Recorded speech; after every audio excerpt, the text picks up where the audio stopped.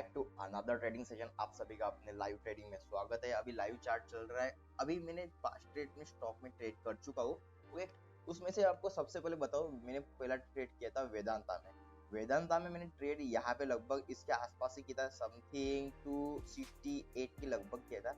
और मैंने यहाँ पे कम से नहीं 269 के पास ही मैंने यहाँ पे क्या किया दोस्तों, यहाँ पे बाय किया था। और एसएल मेरा था 268 के पास मेरा एसएल था। इसके पीछे का लॉजिक समझिए। कल का ट्रेंड था अप ट्रेंड, और इसने जो कैंडल बनाई थी एक थी बुलिश कैंडल। तो मेरा आज का ये व्यू था कि आज जैसे ही हाई को ब्रेक करेगा तो वहां पे बायर्स दोबारा एक्टिव हुए। पर क्या होता है, मैं यहाँ पे ऊपर की साइड पे एक रजिस्टेंस देख ही नहीं पाता, और इसके चक्कर में क्या हो रहा है, मेरा ये जो रजिस्टेंस दिखा ना आपको, बस उसी को रजिस्ट्रेशन लेके प्राइस फॉल हो गया और यहाँ पे मेरा एसएल हिट हो गया। अब अब मान के चलिए, अभी यहाँ पे तो ऐसे हिट हुआ और मैंने 150 का लगभग उसके आसपास कहीं पे मैंने लॉस बुक कर चुका हूँ। फिर मैंने नेक्स्ट ट्रेड लिया है मैंने यहाँ पे एक्सिस बैंक में सिंपल दिख रहा होगा आपको, यहाँ पे ये जो लाइन दिख रही है आपको, यहाँ पे मैंने एंट्री एग्जीक्यूट की थी। सेम कंसेप्ट था, वही एक बुलिश कैंडल थी मेरा था। कल अगर बायर एक्टिव थे, उन्होंने ब्रेकिंग अगर हाई की साइड दी है तो चांसेस रहते हैं कि फिर से बायर यहाँ पे फिर से प्राइस को और ऊपर लेके जाए। अब यहाँ पे ये और यहाँ पे जैसी एंट्री हुई, मैंने थोड़ा सा नीचे इसे लगभग 1065 के लगभग आसपास मैंने ऐसे लगा लिया और इसमें ऐसे हिट हो गया। क्योंकि एक बार अगर मूवमेंट फ्लो में नहीं निकला तो वो फिर सेल साइड के लिए आ जाता है, तो उसके लिए ऐसा छोटा लगाने की जरूरत है। थर्ड स्टॉक था वोल्टास में आपको दिखा था, तो ये लाइन ऊपर की जो लाइन दिख रही है आपको लगभग 1044 के पास मेरी एंट्री थी और 1041 के पास मेरा एसएल था। तो इसमें भी यार एसएल गया।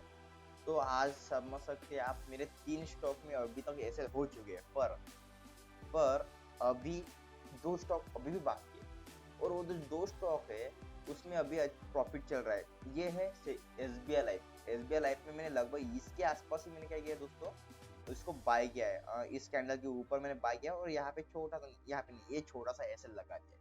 अब यहाँ पे 8 रुपीज का एसएल है, क्वांटिटी सिर्फ 25 है, नहीं 8 रुपीज की लगभग 7 रुपीज का एसएल है मेरा, और क्वांटिटी आई थिंक नहीं 6 रुपीज का एसएल है, सॉरी 6 रुपीज का एसएल है। क्वांटिटी लगभग मेरी 25 है और यहाँ पे पोजीशन चल रही है। थर्ड स्टॉक मैंने लिया है, सॉरी फिफ्थ स्टॉक मैंने लिया है, वो है टाटा मोटर्स। बस टाटा मोटर्स में अभी प्रॉफिट रन करा है।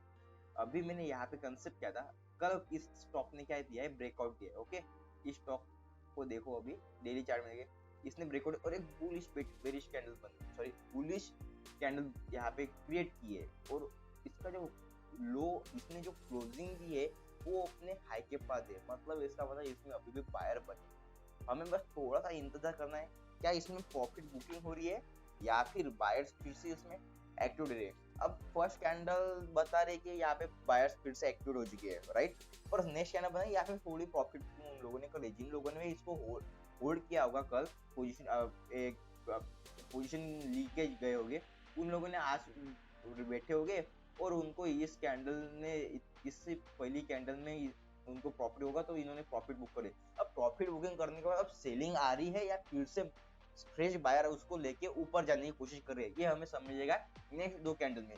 नेक्स्ट 2 कैंडल क्या बता रही है कि नहीं, ये सिर्फ प्रॉफिट बुकिंग है, जैसे यहाँ पे होल्ड किया या फिर से फ्रेश बायर एक्टिव है। बस मैंने वही कंसेप्ट को यूज किया और यहाँ पे मैंने क्या कर लिया दोस्तों, बाइंग पोजीशन बना ली, और एसएल मेरा यही पे जनरली बस देखिए 3 रुपीज का मेरा एसएल है, 3 से 4 रुपीज के 3 रुपीज का एसएल है मेरा, और अभी मेरे पास टारगेट अभी और पेंडिंग पड़ा है।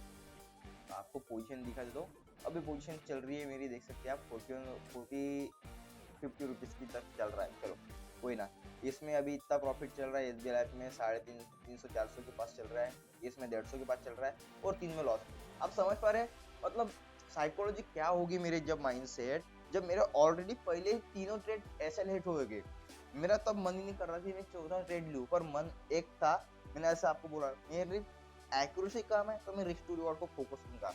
तो मैंने सोचा ठीक है, 3 एसएल हिट हो गए, मान लो एक भी ट्रेड अगर चला मेरा, तो मुझे जो लॉस हो रहा है लगभग, ये अगर कैलकुलेट करें अपन, ये 300 मतलब 480 के लगभग, ये क्या दिख रहा है दोस्तों, 480 है ना, हाँ 480 के लगभग मुझे क्या हुआ था, 3 ट्रेड में लॉस हुआ है, राइट।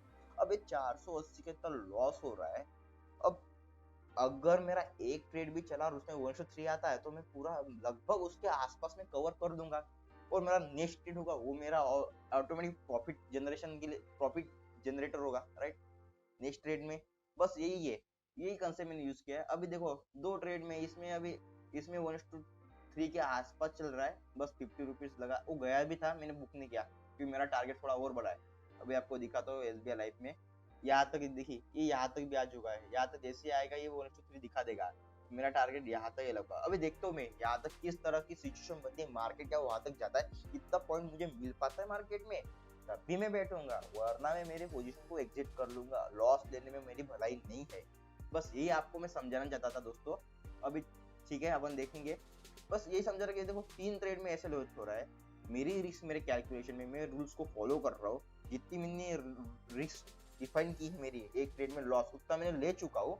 अगर मेरा 3 ट्रेड ऐसे हिट हुए, थोड़ी साइकोलॉजी मेरी भी बिगड़ी, मुझे भी बुरा लगा क्योंकि लॉस हुआ है ना, पहले 3 ट्रेड में लॉस है, चौथा ट्रेड लू ना लू या फिर ट्रेड सिस्टम को क्लोज कर दो, ये मेरे दिमाग में आ रहा था।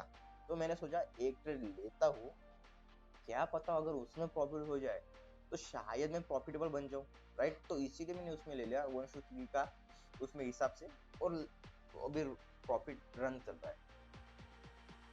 और ये जो 5th ट्रेड लिया, आप सोचोगे 5th क्यों लिया, फिर 5th इसलिए लिया कि ये बहुत अच्छा लग रहा था, क्या पता कौन सा भी एक चले तो क्योंकि मैं प्रॉफिट में रहूंगा, एक दो में से प्रोबेबिलिटी का खेल है, अगर दो में से एक भी चला 1:3 आया और एक में एसएल भी आया था तो 150 रुपये में सिर्फ लॉस में रहूंगा, सिर्फ 150 रुपये के लॉस में रहूंगा अगर दो में से एक हिट हुआ और एक ने 1:3 दे दिया। अगर मान के चलिए दोनों में ऐसे हिट हो गया तो फिर तो 16 तो क्लोज दिया, अब तो लेने में समझदारी नहीं है। अगर दोनों चले तो फिर लगभग 300-400 की तो प्रॉफिट भी मिलने वाला। तो मैं इस तरह से कैलकुलेट करता हूँ मेरी रिस्क को, अगर लॉस होगा तो टोटल मुझे लॉस आज होगा लगभग 500 550 600 तो होगा। अब सिंपल सी बात है, मैं इसमें लॉस नहीं बुक करूंगा, ये स्टॉक में मैं अभी कॉस्ट टू कॉस्ट आ जाऊंगा। रहा इस स्टॉक की बात, इस स्टॉक में अब लेके जा सकता हूँ तो 600 के पास पूरा डे क्लोज होगा, मतलब एक आपको आप समझ पा रहे, एक तरफ मेरी रिस्क सिर्फ 150 रुपए की है, उसके बदले में मैं 400 रुपए कमाने वाला हूँ। बस यही कंसेप्ट बता रहा हूँ आपको, 150 रुपए की रिस्क से 400 450 के लगभग पे प्रॉफिट कमा सकता हूँ, यही मेरा कंसेप्ट था सिंपल सा। तो फाइनली दोस्तों हमने टाटा मोटर्स में प्रॉफिट बुक कर लिया है, यहाँ पे इस स्टॉक में मैंने 1:4 का रिस्टो रिवॉर्ड को कैप्चर किया है। पर अगर हम देखें इस स्टॉक ये 1:10 तक चला गया, अब मुझे भी नहीं पता होता कि ये स्टॉक 1:10 जाएगा, अगर ऐसा होता तो बहुत बड़ा मैं प्रॉफिट ले लेता। आप देखेंगे ये कहाँ से चला है, मेरा तो टारगेट सिर्फ 862 या 63 के पास था, और इसमें मैंने अच्छा खासा 600 का प्रॉफिट लगभग 600 का प्रॉफिट बुक किया है। अब ये स्टॉक बाद में जाके और 20 पॉइंट्स मूव किया, अगर इसको और कैलकुलेट हो तो बहुत अच्छा प्रॉफिट होता, पर हमें कैलकुलेट नहीं करना, मुझे प्रॉफिट मिलने के बाद मैं कितना मार्केट ऊपर जा रहा तो मुझे आई डोंट केयर, मुझे उससे कुछ लेना देना नहीं है। तो इसमें प्रॉफिट बुक कर लिया है मैंने, ऐसा आपको बोला था। 3 ट्रेड में जो लॉस हुआ था 480 रुपीज का लॉस को मैंने सीधे कन्वर्ट कर लिया प्रॉफिट में, 100 रुपीज प्रॉफिट में। अब देखिए नेक्स्ट स्टॉक, अब जैसे मैंने बोला था आपको दो भी चले तो मेरे लिए बहुत अच्छा रहेगा, मेरा दोनों में रिस्टोर अच्छा खासा रहेगा। अब इसमें मैंने प्रॉफिट तो कर लिया, जो लॉस था उसको मैंने अब कॉस्ट टू कॉस्ट तो बना लिया, मतलब उसमें 100 रुपीज के प्रॉफिट में अब मैं था। अब मैंने जो नेक्स्ट ट्रेड लिया था जो आपने देखा था एसबीआई लाइफ में, इतना अच्छा जानने के बाद भी इसने भी पता ये 1:3 दिखा, यहाँ पे देख लो सीधे, मतलब 1:2 तो नहीं, सॉरी 1:3 तो नहीं कहेंगे पर 2.5 के पास समथिंग रिस्टोर दिया, अच्छा 1:2 के तो ऊपर दिया ना। फिर भी मैंने क्या किया पता आपको, इसको मैंने कॉस्ट टू कॉस्ट बुक किया। ये मुझसे आज मतलब बड़ी गलती हो गई। क्यों हुआ ऐसा, क्यों मतलब क्या चल रही थी मेरी सोच में, आपको वो बताऊंगा। मैं कल 2 से 3 दिन से लगातार लॉस में हूँ। आज मैं चाहता था कि मैं मेरी जो आज जो मेरा क्लोज है कम से कम 700 के लगभग, मैं आज मेरा अब ट्रेडिंग बंद कर दूं 700 प्रॉफिट को बुक करके, पर इतना गया ही नहीं। मुझे मेरे डीमैट अकाउंट में 450 रुपए का प्रॉफिट दिख रहा था, फिर भी मैंने उसको बुक नहीं किया। वो 1:2 गया, 1:2.5 भी गया, फिर भी मैंने बुक नहीं किया। ठीक है चलिए, यहाँ पे आया नहीं कर पाया, फिर से यहाँ पे आया, यहाँ पे करना चाहिए था, ठीक है।